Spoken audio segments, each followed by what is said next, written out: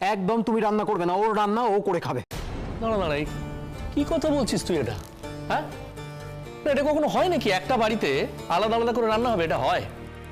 মা তো রান্না করছেন, মা যখন রান্না করছেন ওর রান্নাটা কি করতে পারবেন না? বাহ দাদা বাহ, তুই তো এখন তোর বউয়ের দিক নিয়ে কথা বলবি। মা যদি সবার জন্য রান্না করতে পারে তাহলে ওর জন্যও করতে পারবে। কেন মা ওর জন্য রান্না করবে কেন? ওর সাথে মায়ের কি সম্পর্ক? এই তো সকালবেলা রান্নাঘর ছেড়ে চলে গেছে, রান্নাঘরে নেই, সকালের চাটা পর্যন্ত পাইনি। আর এই তো তুই এখন খেয়ে দে কাজে বেরোবি। তুই নিজেই বল এখন কি খাবি? মায়ের তো কোনো রান্নাই হয়নি। মা শোনো না, বলছি আচ্ছা তুমি একটা কাজ করো, আমাকে বলো না কি হেল্প করতে হবে, আমি তোমাকে হেল্প করছি। খবরদার, একদম রান্নাঘরের দিকে যাবেন, আমি বলে দিলুম।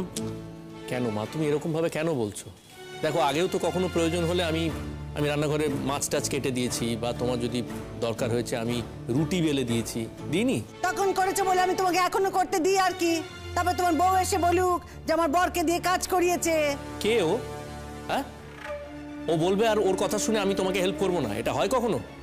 চলো তুমি রান্না করে চলো, আমি দেখছি কে কি রান্না করবে, আমি দেখছি, চলো। আমার মাথাটা গরম করে দিস না, পর একবার বলে দিচ্ছি কিন্তু। হ্যাঁ, আমি যা পারি সেদ্ধ ভাত রান্না করে দিচ্ছি, যে যার কাজে সোনামুখ করে ওই সেদ্ধ ভাত খেয়ে চলে যাও দেখি।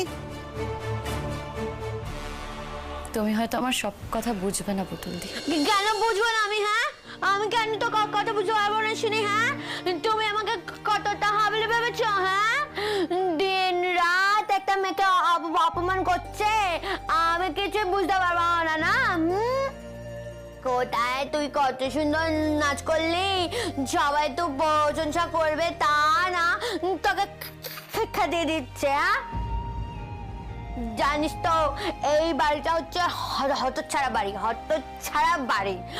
আমি তো মাঝে মাঝে আমার মনে হয়, জানিস তো আমার মনে হয় যে আমি কেন এই বাড়িতে জন্ম নিলাম। এই বাড়িতে না জন্মালেই আমার ভালো হতো।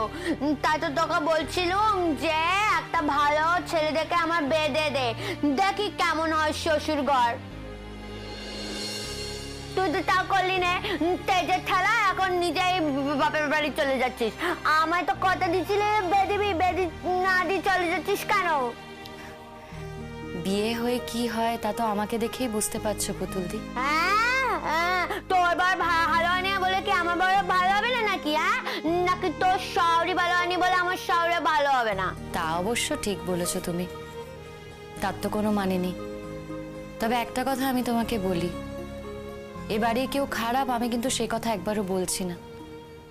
আমি নিজেই খারাপ, তাই আমি এবারে ছেড়ে চলে যাচ্ছি। এটা না তোর রাগের কথা, জানিস তো বউ, তুই না যাস না রে, যাস না। আর এসব কথা বলে কোনো লাভ নেই পুতুলদি, আমি জামা কাপড় প্রায় গুছিয়ে ফেলেছি। খুব তেজ তো দেখতে পাচ্ছি। হ্যাঁ, খুব তেজ হচ্ছে এখন। বাড়ি ছেড়ে চলে যাবি তুই, তাই তো? ঠিক আছে, তুই বাড়ি ছেড়ে চলে যা, দেখি আমি কি করতে পারি।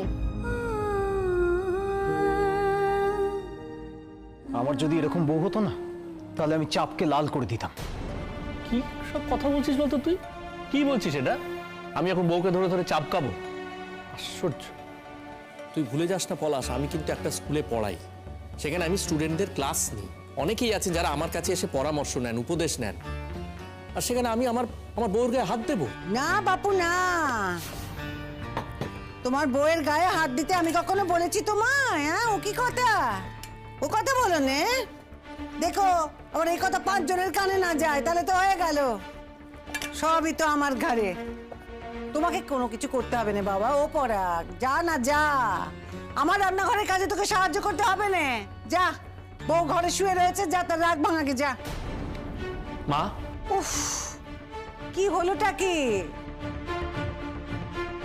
ও কি কথা? কি মামা করছিস কেন বারবার? বলতো কাজের সময়।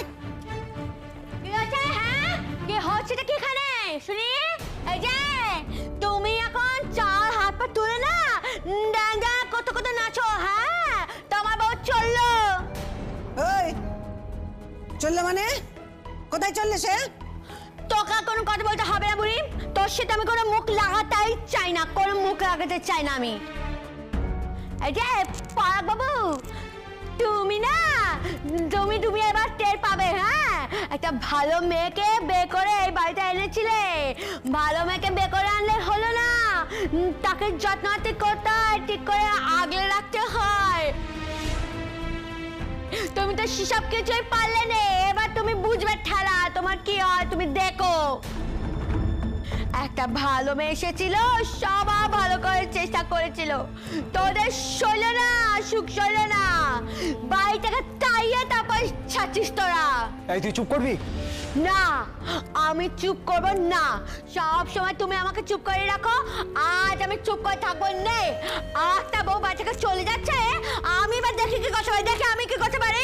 এই কোথায় যাচ্ছিস? কোথাও যাবি না পুতুল, বলে দিলাম কিন্তু কোথাও যাবি না তুই এখন।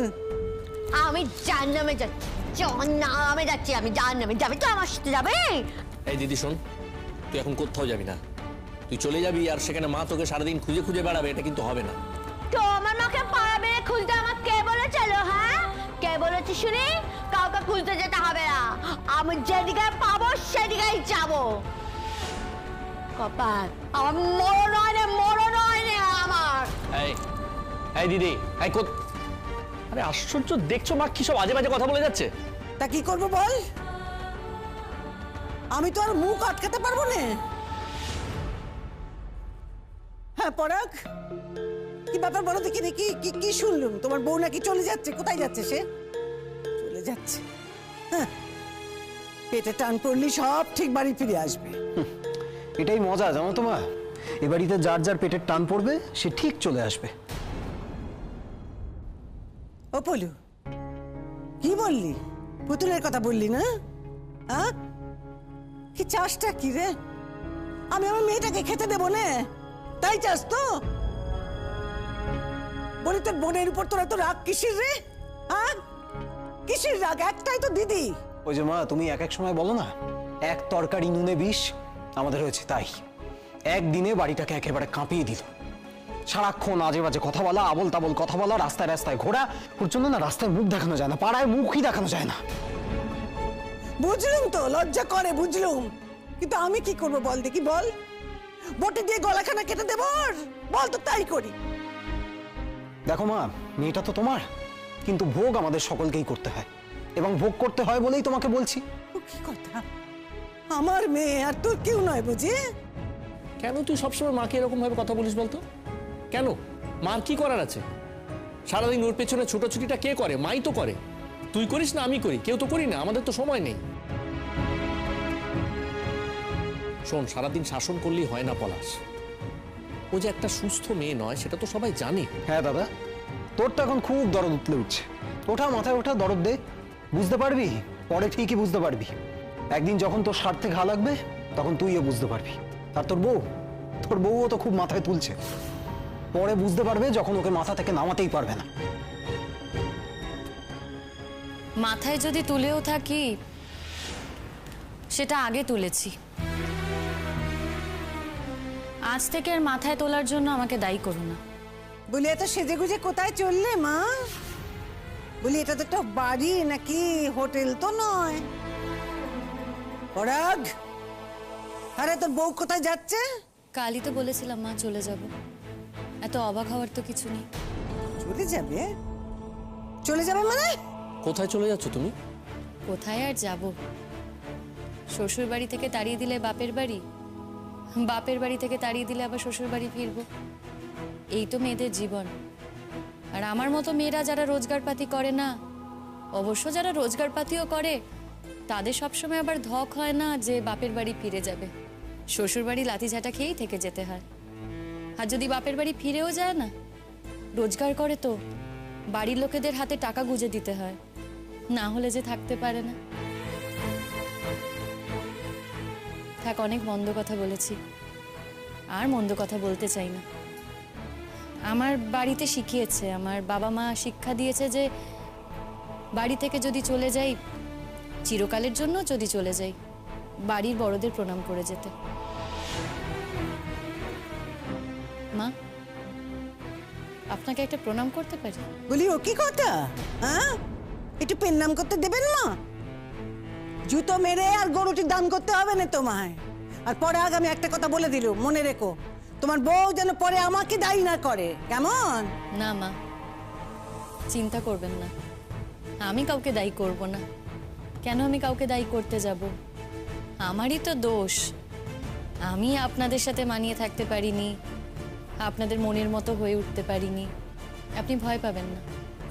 আপনার নামে আমি কোনো নিন্দে করব না, আর প্রণাম করতে না দিলেও জোর করব না।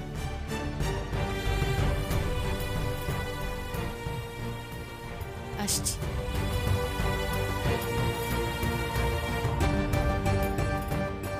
শিমুল, দাঁড়াও। বড্ড বেশি বাড়াবাড়ি করছো কিন্তু তুমি। শোনো, আমি না তোমার দাসী নই। আমি এখন এ বাড়ি থেকে চলে যাচ্ছি, তাই আমার সাথে একটা অভদ্রভাবে কথা বলবে না। আর যদি মনে করো যে তুমি বিয়ে করে ঠকে গেছো, অন্য কাউকে এ বাড়িতে আনতে চাও, তাহলে যত তাড়াতাড়ি পারো আইনি ব্যবস্থা নাও, তাহলেই আমার থেকে খালাস পেয়ে যাবে।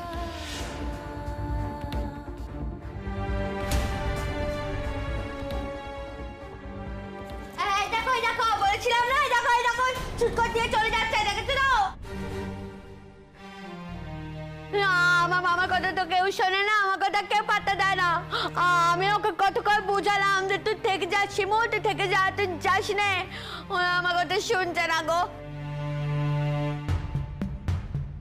তুমি ওকে একটু বোঝাও না গো, যাতে ও থেকে যায়।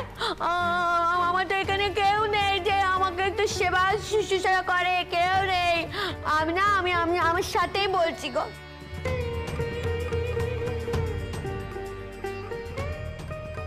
ভালো মন্দ কি কত কিছু ও করে খাওয়ায়, আমার কত যত্ন আত্মি করে, সেগুলো কি হবে বলো তো? হ্যাঁ, কি হবে? আমাকে না ওই রাতে বেড়াতে মাথায় বিলিকেতে ঘুম পাড়িয়ে দিত, জানো তো? আমার কত গল্প শোনাতো, ও খুব ভালো। কাকিমা ওকে আটকাও না গো, আটকাও। আমার মায়ের কত কাজ কমিয়ে দিয়েছিল, সব কাজ তো নিজের হাতে একা একা করতো। শুধুমাত্র তো ফাংশনের গাছে বলে মেয়েটাকে বাড়ি থেকে তাড়িয়ে দিচ্ছে। পুতুল, খবরদার। ও কি কথা? বলি লোক ডেকে ডেকে এনে আমার নিন্দে করা হচ্ছে। কাকিমা শোনো, এরকম কিন্তু কিছু হয়নি। কাল রাতে আমি এসেছিলাম, তাই কি হয়েছে না হয়েছে, কে কি বলেছে না বলেছে আমি সবকিছু জানি। আমাকে নতুন করে বলার কিচ্ছু দরকার নেই। বৌদি ভাই, তুমি কি সত্যি সত্যি চলে যাচ্ছ? হ্যাঁ তুতুল, দেখো আমি সত্যিই চাই না এটা নিয়ে কোনো সিন তৈরি হোক। এই দেখো না, পাড়ার বিপাশাদিরাও আমাকে এত ভালোবাসে, ওদেরও তো বলে যাচ্ছি না। আমি একটা গাড়ি ডেকেছি, গাড়ি এক্ষুনি চলে আসবে। কিছু মালপত্র তো আছে, তাই গাড়ি ডেকেছি। আর মা বলছি, এই যে আমার সুটকেস, আপনি চাইলে চেক করে নিতে পারেন। দেখুন, আমার বাপের বাড়ি থেকে যা দিয়েছে আমি কিন্তু সব নিয়েও যাচ্ছি না। ওই কয়েকটা শাড়ি নিয়েছি, আর কিছু বই রাখা ছিল সেটা। তবে হ্যাঁ, আমার হারমোনিয়ামটা আমি নিয়ে যাব। গাড়ি এলেই গাড়িতে আমি তুলে নেব। আর আপনি একবার ভালো করে আমার ব্যাগটা চেক করে নিন মা। তারপর এ বাড়িতে কিছু পাবেন না, আপনি বলবেন যে আমি আমার বাপের বাড়িতে জিনিস নিয়ে গেছি, তারপর সে আমার বাপের বাড়ি ছুটবেন। সেটা তো ভালো দেখাবে না মা। দেখেছিস দেখেছিস দেখেছিস কত বড় অপমানের কথা কানা বললে। আচ্ছা, তোমার বাবা মা কি তোমাকে কোনো শিক্ষাই দেয়নি নাকি? খবরদার পলাশ, আমার বাবা মার শিক্ষা নিয়ে তুমি একটাও কথা বলবে না। আমি কিন্তু চাইলে অনেক আগেই তোমাকে বলতে পারতাম, তোমার বাবা মা কেন, তোমার 14 গোষ্ঠীও তোমাকে কোনো শিক্ষা দেয়নি।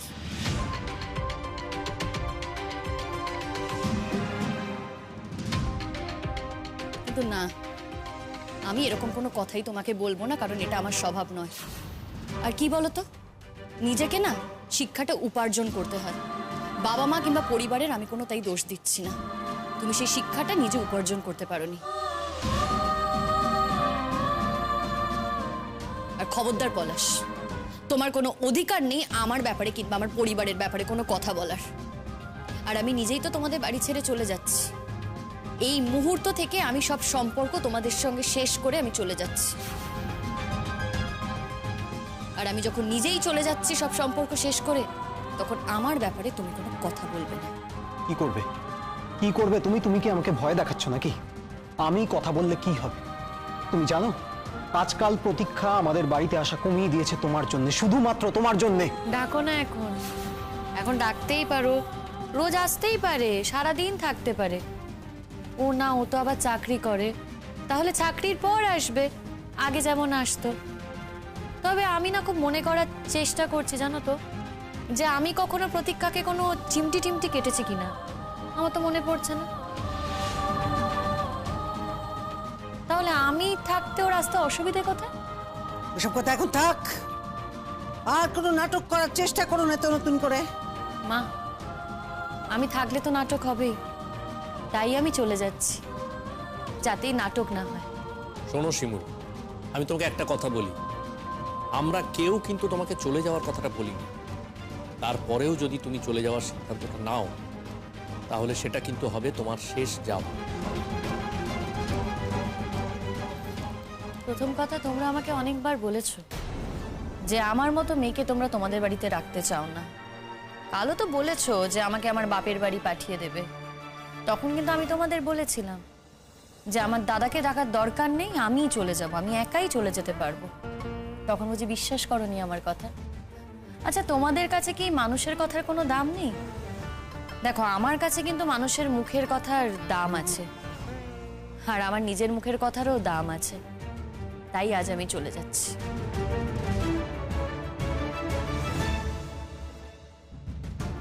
তুমি চলে গেলে এদের কিচ্ছু হবে না বোন, আমাদের কষ্ট হবে। ও ছোট, কেন রে, কেন কেন?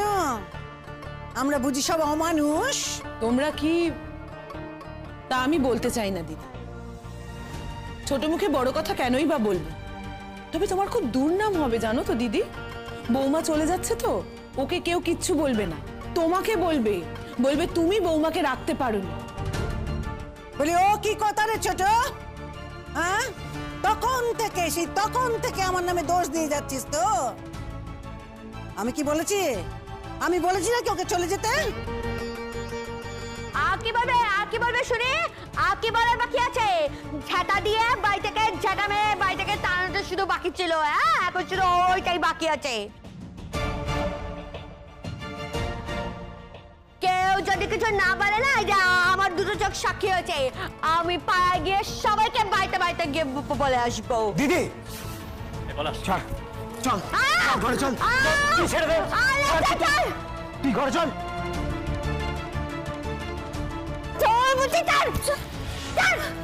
তোকে ভয় পাই আমি? আমি তোকে একদম ভয় পাই না, বলে দিচ্ছি। তোমার তোকে খাইয়ে দেয় সন্ধ্যা তৈরি করছে মস্তান। আর তুমি এখন বড় হয়ে বড় দিদি গায়ে হাত তুলছে, তাই না? বলো, খবরদার বলে দিচ্ছি, অনেকবার আমি তোকে বারণ করেছি, কিন্তু ও বড় দিদি হয় তোর গায়ে হাত দিবি না। ছেলেকে কেমন শিক্ষা দিয়েছো দেখতে পাচ্ছ দিদি? ছেলেকে আর মাথায় তুলো না। কাকিমা খবরদার। হ্যাঁ, খবরদার? তুই খবরদার? তোর এত বড় সাহস হয় কি করে আমাকে খবরদার বলার? হ্যাঁ, আমার চোখের সামনে তুই যদি কারোর উপর অন্যায় করিস, আমি চুপ করে থাকবো? আমি প্রতিবাদ করবো না? 100 বার করবো। মা, তুমি এখান থেকে চুপ করে চলো তো, শুধু শুধু অপমানিত হচ্ছ তো। ওকে, কে ও যে ও আমাকে অপমান করবে? আর আমি ওর অপমানের ধার ধারি নাকি? তা অসুস্থ মেয়ে, হাড়গোড় দুর্বল, ওর হাত ধরে মুচড়ে দিচ্ছে।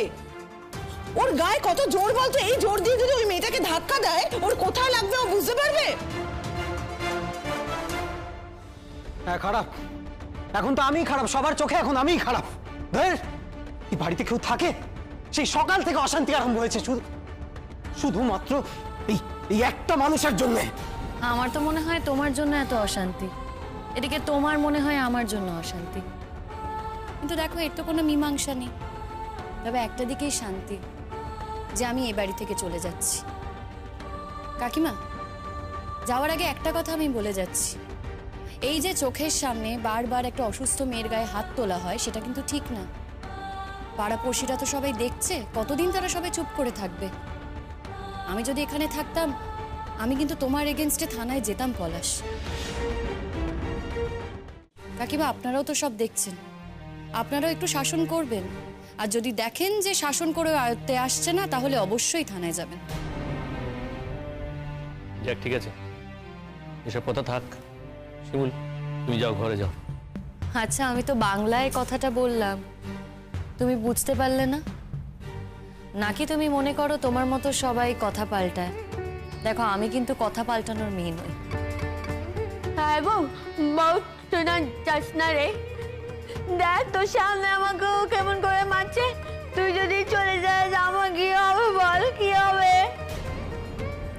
পুতুল দি, আমি হয়তো এ বাড়ি থেকে চলে যাচ্ছি, কিন্তু আমি যে এ পাড়ায় আসবো না সে কথা তো আমি বলিনি। তা তো আসবেই মা। এ পাড়ায় না এলে তোমার চলবে কেন? এ পাড়ায় আসবে, আমাদের মান সম্মানে আঘাত করবে, আমাদের মুখ না পোড়ালি তো তোমার চলবে না।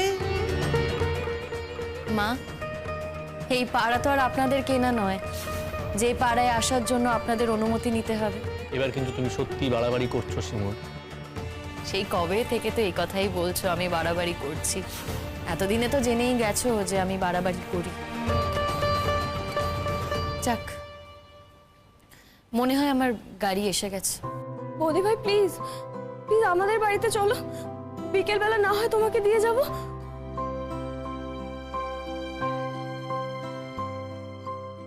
তোমরা ভালো থেকো কেমন?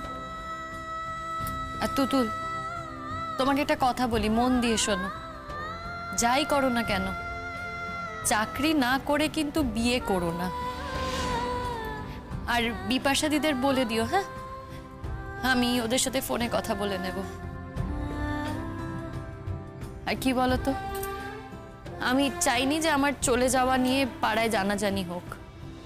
জানাজানি হলে আবার নাটক শুরু হবে। তাহলে তুমি চলেই যাচ্ছ? হ্যাঁ, চলে যাচ্ছি, এক্ষুনি চলে যাচ্ছি। যত তাড়াতাড়ি সম্ভব আমাকে মুক্তি দিও। বলছিলাম যে এত সহজেই ও যখন চলে যেতে চাইছে, তখন ধরেই নিতে হবে যে ও